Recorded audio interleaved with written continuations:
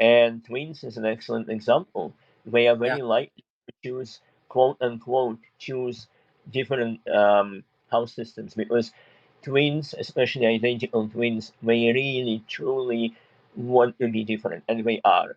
Yeah. They similar biologically, but they are so different internally, Yeah. right? Yeah. That's a great answer. I think I agree with you. I think it's it's a very big question in the industry.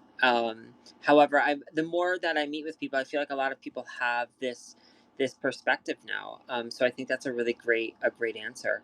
Um, Something that I really thought was a great description is when I was reading on your website, you had mentioned that you have received the nickname from many of people, the Soother. Your friends had nicknamed you the Soother. Yeah. Um, and I thought that's a beautiful nickname and an archetype in itself. And I wanted to hear, is there like a story that connects with this when this unfolded for you? I was interested of how this kind of unfolded for you. Yeah. Well, it's I was a bit dramatic. I was a little bit ashamed putting it there, but I felt okay. Well, well, let's be courageous and just say what people say. But yeah, it's like twofold. One, the idea. I got an idea from people such as a friend of mine at work. Her daughter went skiing. We went skiing as a family, and her daughter had like an accident and broke one of her bones, and it was a question of either cast or surgery. And she's okay now, and she's skiing, and she's fine. But at the time, it was very difficult for the family, and she was very anxious. My friend, Yeah. the girl's mother. What do I choose? What do I choose? Do I choose this or do I choose that? And I said, you are thinking of two options as bad, scary options. But you could change your perception a little bit and you could feel, okay, both options are going to fix my daughter just in a different way. The surgery will do it quickly, the cast will do it gently but slowly, but both of them will succeed. And that way you can just relax and you can choose either, and either choice is fine. And she thought about it and she said, wow, you made me feel so at ease, surprisingly, right? And so she used the word similar to that. And oh, by the way, she, the same lady, she had two daughters, right? One daughter, the older one, was is very poetic, very sensitive, and there came a complaint that someone is bullying her. And again, so much anxiety. And I Yeah. knew the charts for the older daughter and the younger daughter. And I said, Lay, I understand your anxiety. You are right to address the situation, but guess what? Your younger daughter is so powerful, and I saw like Pluto in the first house, and my years so powerful, so direct.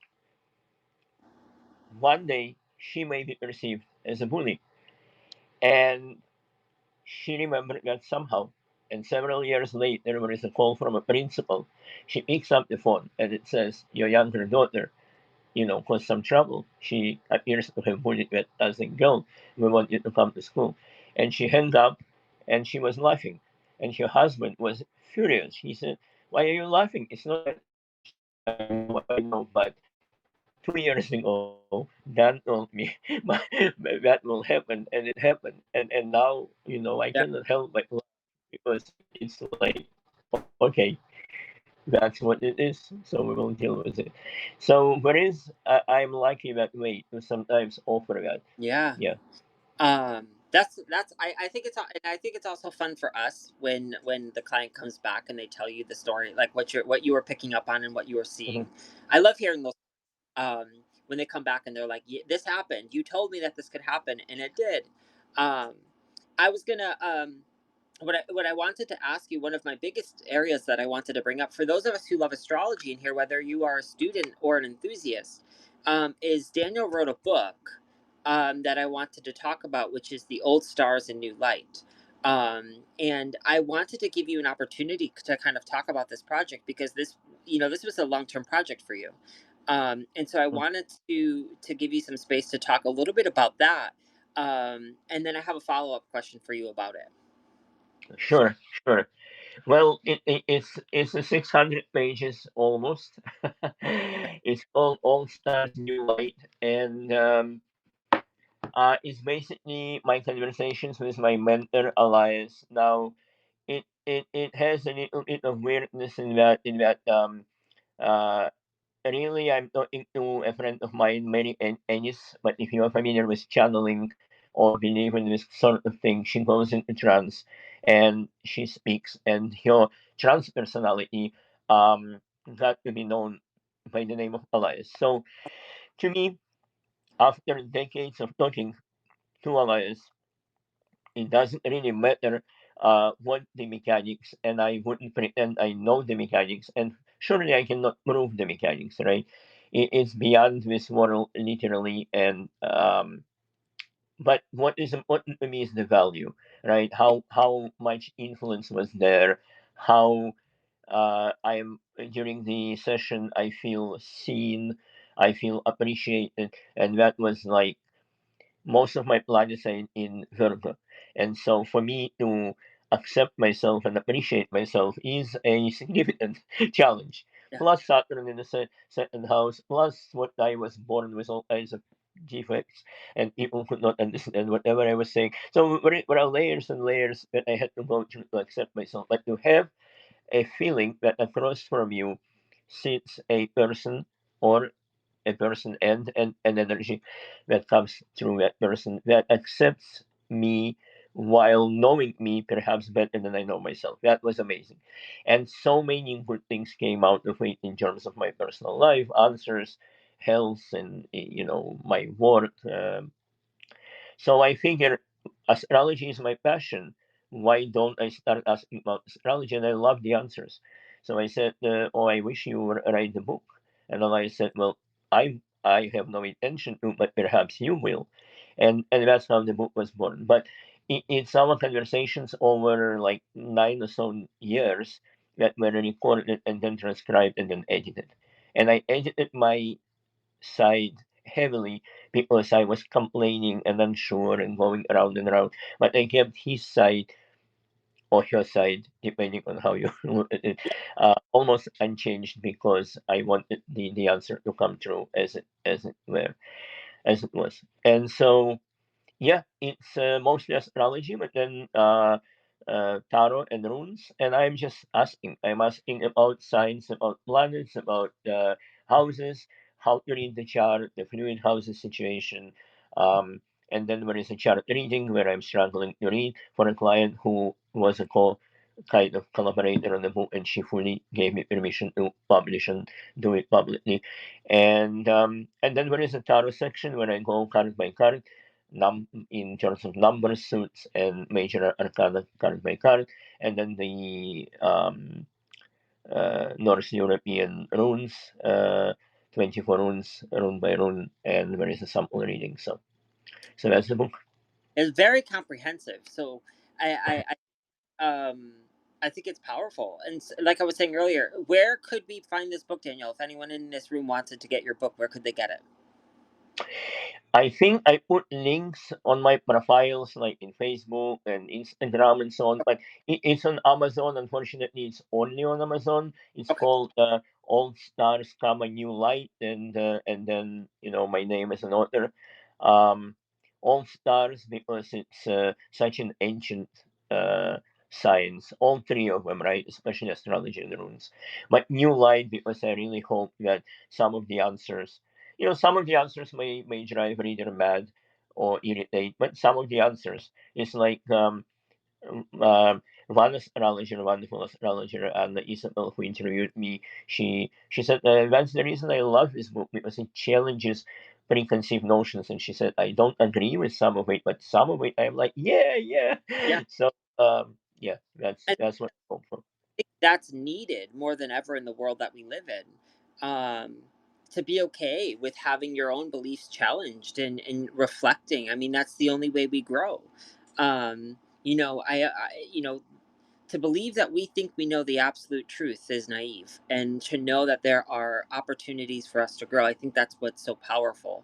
And I think as astrologers, you'll agree, there's never a moment where you can say I know it all. There's this constant dynamic of constantly learning and growing and developing.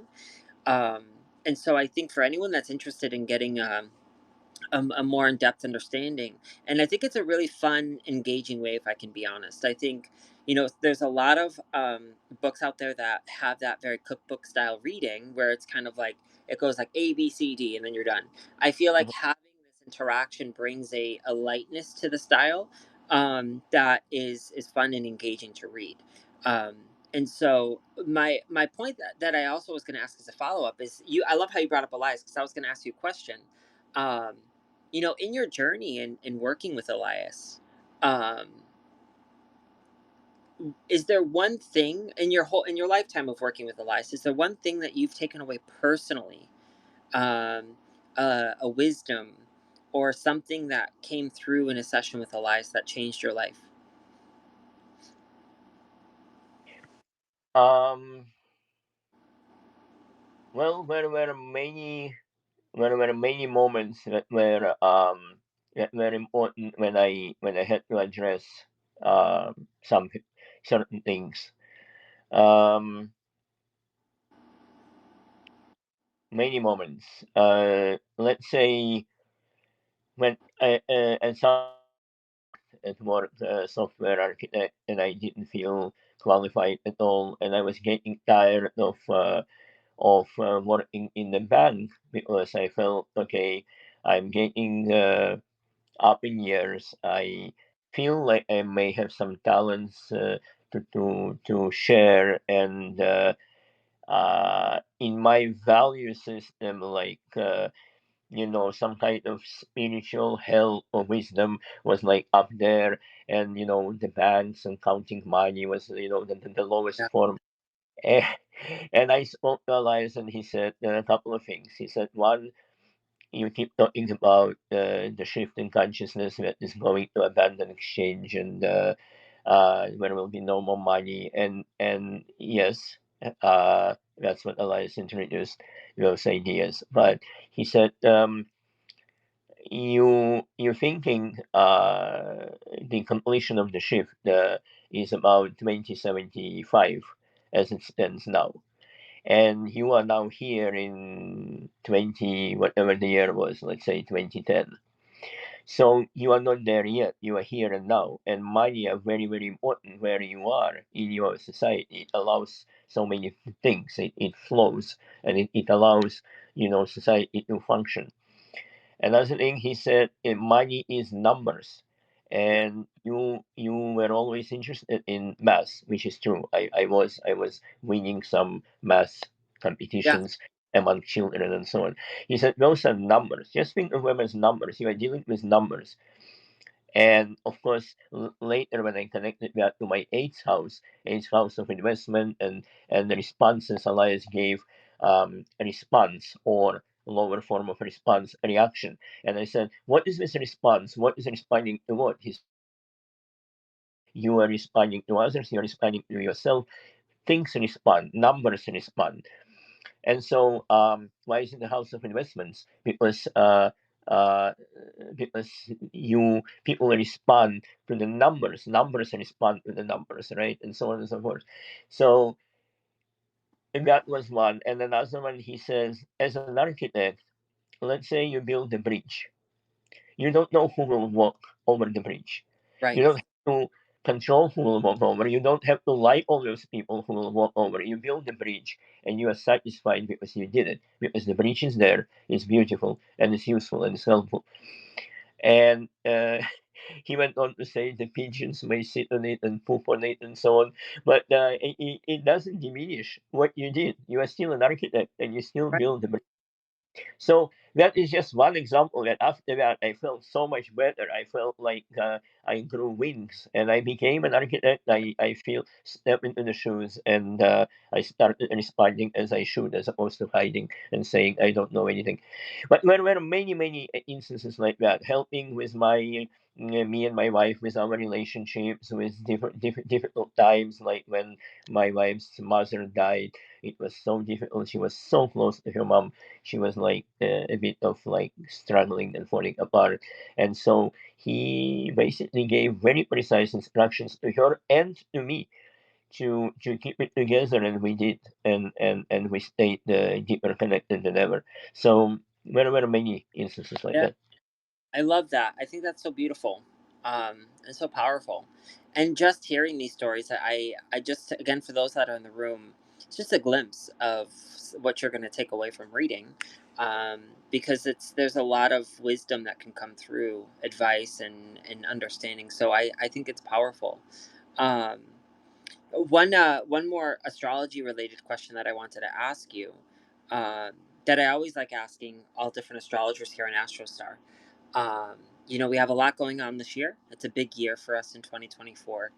Um, is there any transit that is kind of on your radar right now for the next year or 2 years where you're kind of like, this is an important thing that I have my eyes on? Is there one transit that you are prioritizing in your mind or your brain? It can either be a personal transit that you're going to go through or a collective transit. Yeah. I am more into personal transits. I am fascinated by day-to-day astrology, by my daily astrology. I'm always willing to play, but I'm not focused on that. I'm more into those personal, either for clients or for myself. But uh, Pluto was working over my ascendant, right? 27 cap. It was for a while, back and Yeah. forth, back and forth.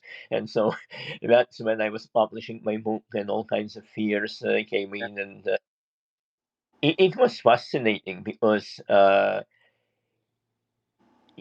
sometimes I caught myself like I wake up and I literally think, will this floor hold me or not? Right? Or what if I go out with my beloved dog and I lose the leash? Or what if some car comes over us? So it crazy thoughts. Even for paranoid me, it was certain level of crazy, new level of crazy, and Yeah. I had to take a deep breath, and I had to say, Pluto is there to offer intensity, yes, to attract my attention for sure, but also to show me that perception is our mechanism of how we create the reality, but also the mechanism that we very much can affect, that we can take a breath, that we can almost rewind, right? We can almost rewind. We can say, okay, let, let's step back. Let's go through that door again. And this time, let's not imagine a car running over me, or me losing my dog or having a heart attack, but let's imagine a wonderful world out there and everything it has to offer. So that was a lot that it taught me. And this year it seems to be going retro, right? It will not quite cross my ascendant, but it will cross back to Capricorn. Yes, Yeah. yeah, exactly. A little And bit. so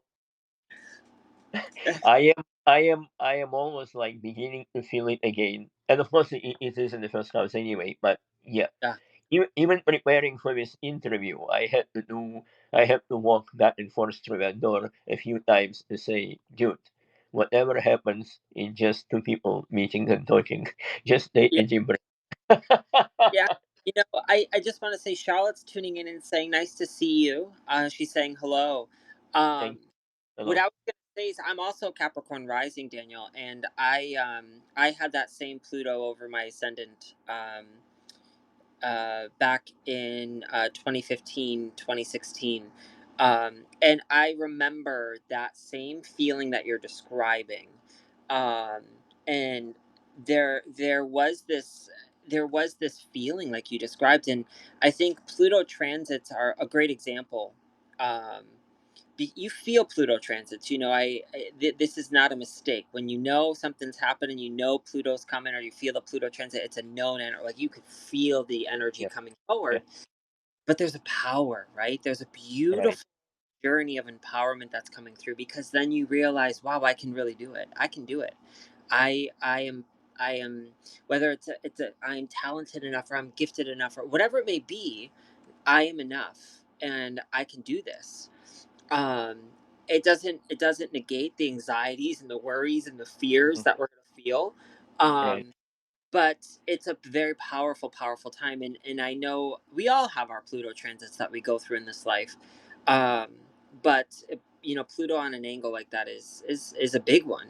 um and who you are today after this transit completes, you're a completely new person. You've been born in a new version of yourself. Yeah. um and so I always like to ask people, so then what's next? What's the next thing now that you've gone through this totality of transformation? You wrote your book, you did all. It's like, well, what's next? Now I have this whole new sense of power inside of myself. uh Exactly. Yeah. so I'm on the other side sitting here like, what's going on next, Daniel? What's the next big thing, right? um so I think it's a very powerful time, so thank you for sharing. I think again, I think it's the Pluto transit that we're going through. I think any planet at a final degree is powerful. I think it's a very powerful time for us. um and so what I wanted to personally, me, I also love the tarot, and I also love runes. I'm not as familiar with runes as much, but for you personally, have you found a nice way of bridging both tarot and astrology together for you, and runes? How do you work with these energies for you personally? Because I know some astrologers are very like tarot, astrology, that's it. They don't merge them together. So I'm curious about your relationship with the tarot and runes and astrology. Yeah. Uh, Taro and runes came much later. It actually came while I was starting to realize about astrology. And so my collaborator got into one and then the other, and she convinced me to do it. But I stayed away from Taro for a long, long time because I was thinking, okay, if I'm sitting across the client, I have this sinking feeling I don't know anything, but I at least I have a chart. And when I start talking, something happens, and there is hopefully some flow, and there is hopefully some um, dialogue and exchange. And there are readings that speak for themselves that they were successful. But even if the client is not into conversing, even if my intuition seems to not be helping me, but watching me from the firm side, at least I have the chart and I can match. It wouldn't be a good reading. It wouldn't be a best reading for sure, but I can formally do it. With tarot, there is another aspect that while chart was hopefully calculated properly, unless someone gave me wrong first time, um, the tarot is up to me or the client to pull the quote unquote right cards, right? So I stayed away from it, and I got into that, and that was my first question to Elias: how do I deal with that? He said the energy will guide you, and he said you can sit there and meditate and spend long time choosing each card, and it will not make it any better. Just go for it. Know that the energy will guide you. The only suggestion he gave was if the client is in the room with me physically, let the client pull the cards. That um, tries to eliminate my distortion of my own energy because I may hear the client, I may hear their story, and I would have done differently, right? For example, maybe I would have gone out of the relationship, but the client wants to stay. Or the other way around, the client wants to leave, and me, Libra, seventh house, I would say, Yeah, oh, fine. You yeah, don't want to do that, right? So you let the cards speak, but before cards speak, let the client pull them. Now, most of the time, it's not possible. So over the video or phone, just take a pause, connect to them, let their energy guide you, not your energy. Let their energy guide you. So after that, I said, okay, I'll do it, and I started doing that, and it was fascinating to see on both levels, studying the major arcana, let us say, as a fool's journey, hero's journey, trying to understand all those things, and at the same time, letting cards speak whatever they speak, which may have nothing to do with that formal. knowledge, right? Yeah. It, it's like for someone in reading about pregnancy, hanged man is a pregnancy card, and who cares that it may be Italian traitor or Jewish Haman who was hung upside down and still hung upside down every year. None of that is relevant. What is relevant is it's a pregnancy card and you see a baby, right? So something like that. So Yeah. I love it. I think it's awesome. I think any form of divination, I think having that, and like you said, I think astrology can be such a practical tool for mhm. us. And the tarot brings in a whole new ball game, like you said. Um, and I think a big thing is as we trust ourselves, as what in the tarot, when you trust yourself, it's like there's this beautiful energy that can come through that can help individuals. And so, um, to kind of bring it in, I wanted to just talk a little bit about some personal aspects of Daniel. So I know you do. I think it's software solutions. Is that correct? As an architect, or you Yes, do. yeah. Um, and so I was curious because you do draw on your website. You talk about these two dynamics about reading charts and coding, and there's this Mhm. similarity for you. Um, and so I was curious. In your personal life, between astrology and coding, um, how is coding another major passion of yours, where you have, is doing architect and building, and is this another big passion of yours? Do you have a goal or anything like this within this career? Yeah, yes and no. It was passion for many years to just create programs because in software it was so easy to create, let's say, create models. You can model the model, right? You can say, uh, let's say if someone wants you to create a video game, and my day-to-day job is much less exciting. I create financial software, but nonetheless, let's say someone wants to create a video game, then you have to model the reality, right? Either Yeah. the fantasy world or the real world. So you will have people and you will have potentially weapons or obstacles and this and that. Similarly, in financial software, you would have maybe financial instruments and people who use the program and roles that may play and events that may happen and connection between the systems and so on. So it was very interesting to quickly create something out of nothing. It was very interesting to model, and astrology does similar. It models, right? So I drew the comparison because the behind the software there is usually what is called source code, that being the program as it was written in a human readable form, and then maybe made into compiled version that machine can understand. Yeah. But the source code and the chart, they are similar. Now, I would never say that the chart tells you how to run your life. Right.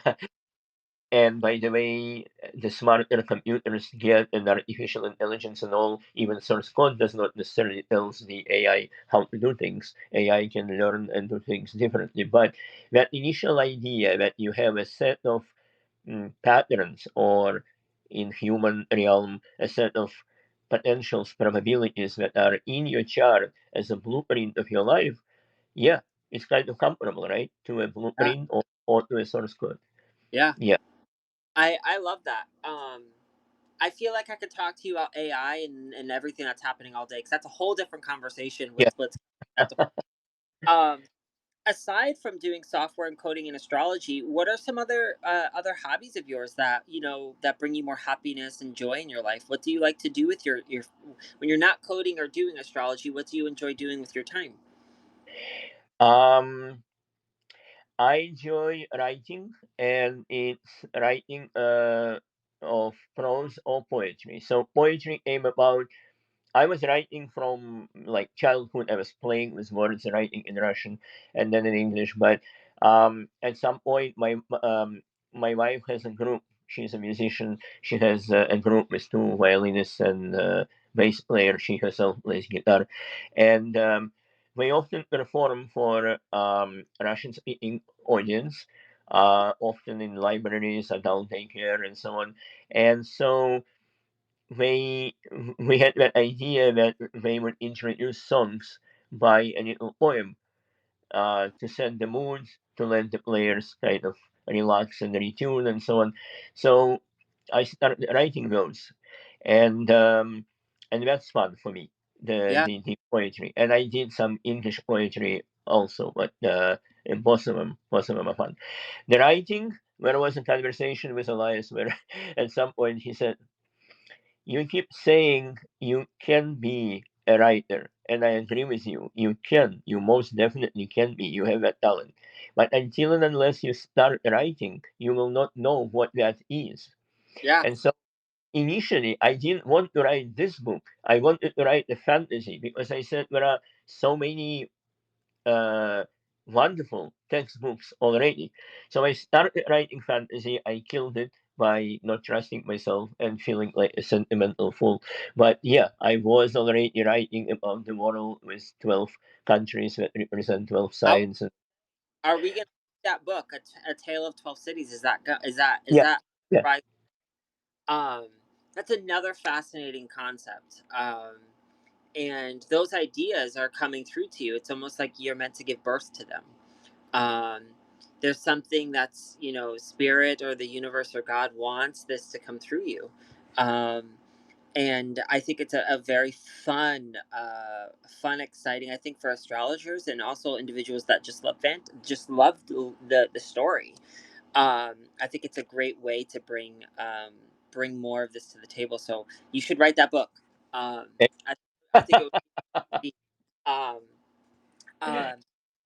some of I always like to at the end of any call that I like to do, I like to ask some deeper philosophical questions, and one of the most common philosophical questions, and I find it in the astrology community, is this debate between fate and free will.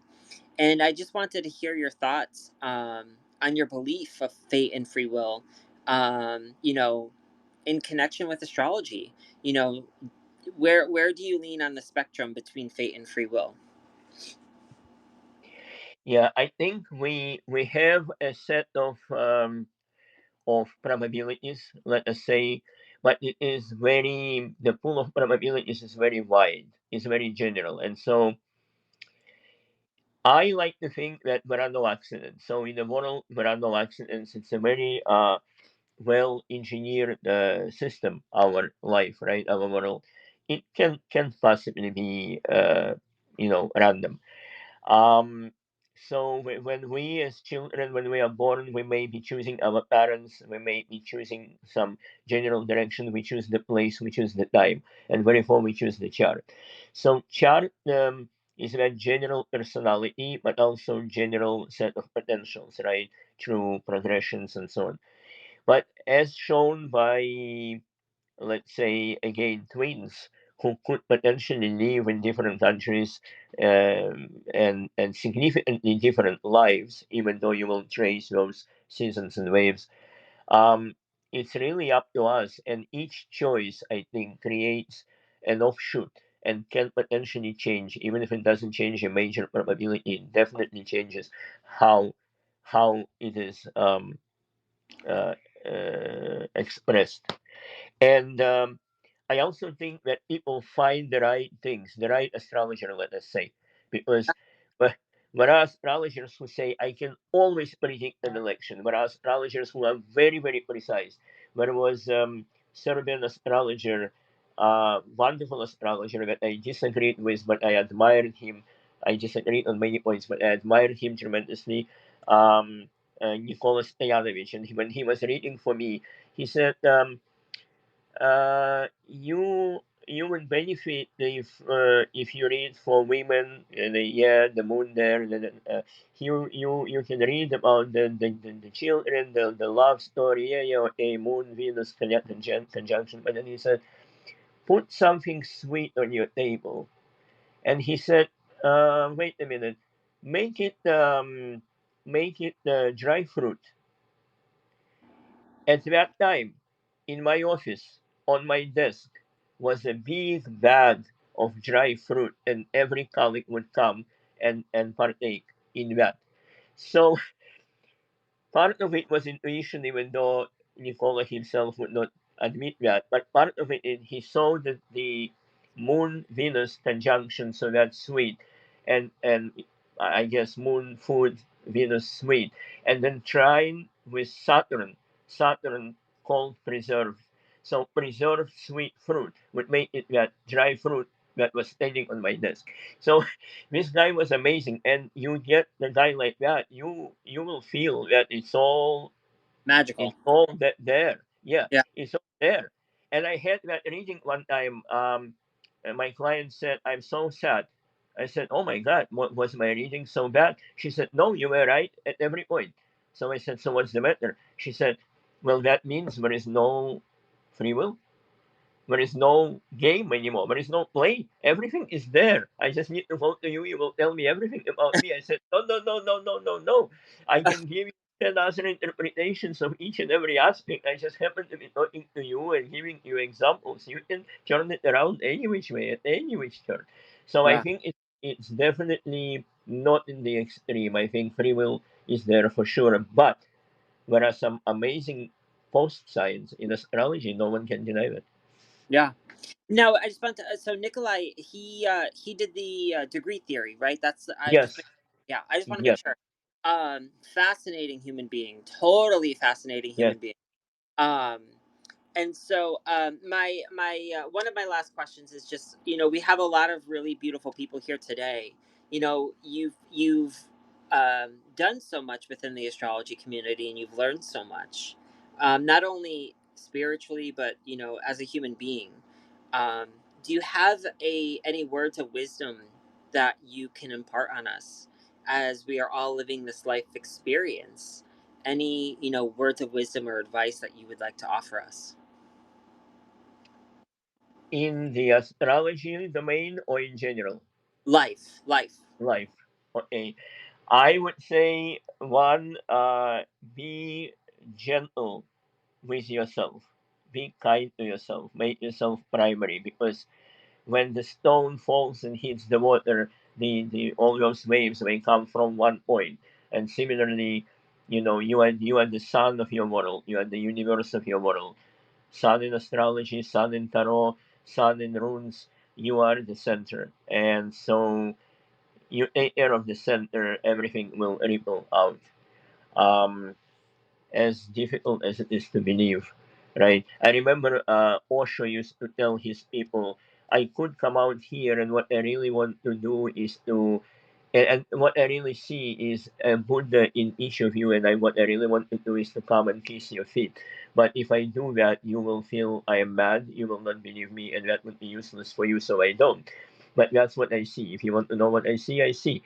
So it took me many, many, many years to begin to understand what he meant, because I also thought that would be silly, right? That's no, but of no use. But that's probably how he saw, and that's how probably we can see ourselves and others. So that's what I would say. And another thing I would say, everything is connected. I was waiting for those big moments. I was always like having a hierarchy. Like, it doesn't matter how I dress. It doesn't matter how I make my coffee. It doesn't matter. Anything doesn't matter. What matters is, yeah, I have that interview I need to pass, or yeah, I need to write that book. But guess what? The way you make coffee in the morning, if you make it with presence and kindness, and you are not in a rush, and you acknowledge yourself, and you taste it, you enjoy the process, that will ripple out. And that will ripple out anywhere. That will ripple out to your move, to your new job, to your success, to your relationship. Everything is connected. And when people say everything is interconnected, it's not just people to people, it's anything you do in your kitchen, in your living room, is connected to your big achievements and so on. I love that piece of advice. I want to echo that one. I think that's a great piece of advice as well. Um, does anyone have any questions for Daniel for today? Anyone have any fun questions you guys want to ask? Again, um, we have his book, which is The Old Stars and New Lights, which is available on Amazon.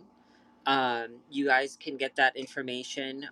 You can just go to Amazon and Google it, or sorry, go to Amazon and look it up. You can also go to your website. I have it right here, which is yeah. Oh wait, it's not. What's the name of your website again? It's my name and last name, DanielGuirchovitch.com. Yeah. Perfect. Yeah, Charlotte, I don't know if you were here when he was talking about the book, but it's a fascinating, fascinating book. Um, and I think you'll definitely find some value in here for individuals that love astrology, whether you're a student of astrology or an enthusiast of astrology. I think it's a great informative read, and also the tarot and you mentioned runes are in this as well, and so I think it's a really beautiful book, um, and so yeah, Charlotte, definitely check that out. It's on Amazon, um, and then Daniel, thank you. I appreciate you for doing this. Um, Definitely appreciate you too, Richard. Thank I you know I so much. Thank being you for inviting me. I think you again. You have an amazing story, and when that second book gets written, I want to know, because I think that's an amazing concept. So, um, keep going. And if anyone wants to book a reading with Dan, you guys can do so here. You can send him a message over here on AstroStar, and connect with him to get in for a reading. Do you offer tarot readings as well on AstroStar, or is it only astrology? I do, yes. I mean, I'm new to AstroStar, but yes, I do offer that. So if you guys want a tarot reading, a rune reading, astrology reading, you can find all of that. You guys can connect with Daniel here on AstroStar, um, and get all set up for a session. So Daniel, I appreciate you so much. Um, So I much. uh, I thank you for being here. I think I speak for all of us, and I hope you have a beautiful. And thank you for everyone who came to join us today, by the way, and for interacting. Definitely. Thank you. Um, and I hope you guys all have a beautiful, beautiful rest of your day. Um, and I hope, again, thank you again, Daniel. I really appreciate it. I had fun. Thank you. So did I. Thank you. Um, Bye now. bye.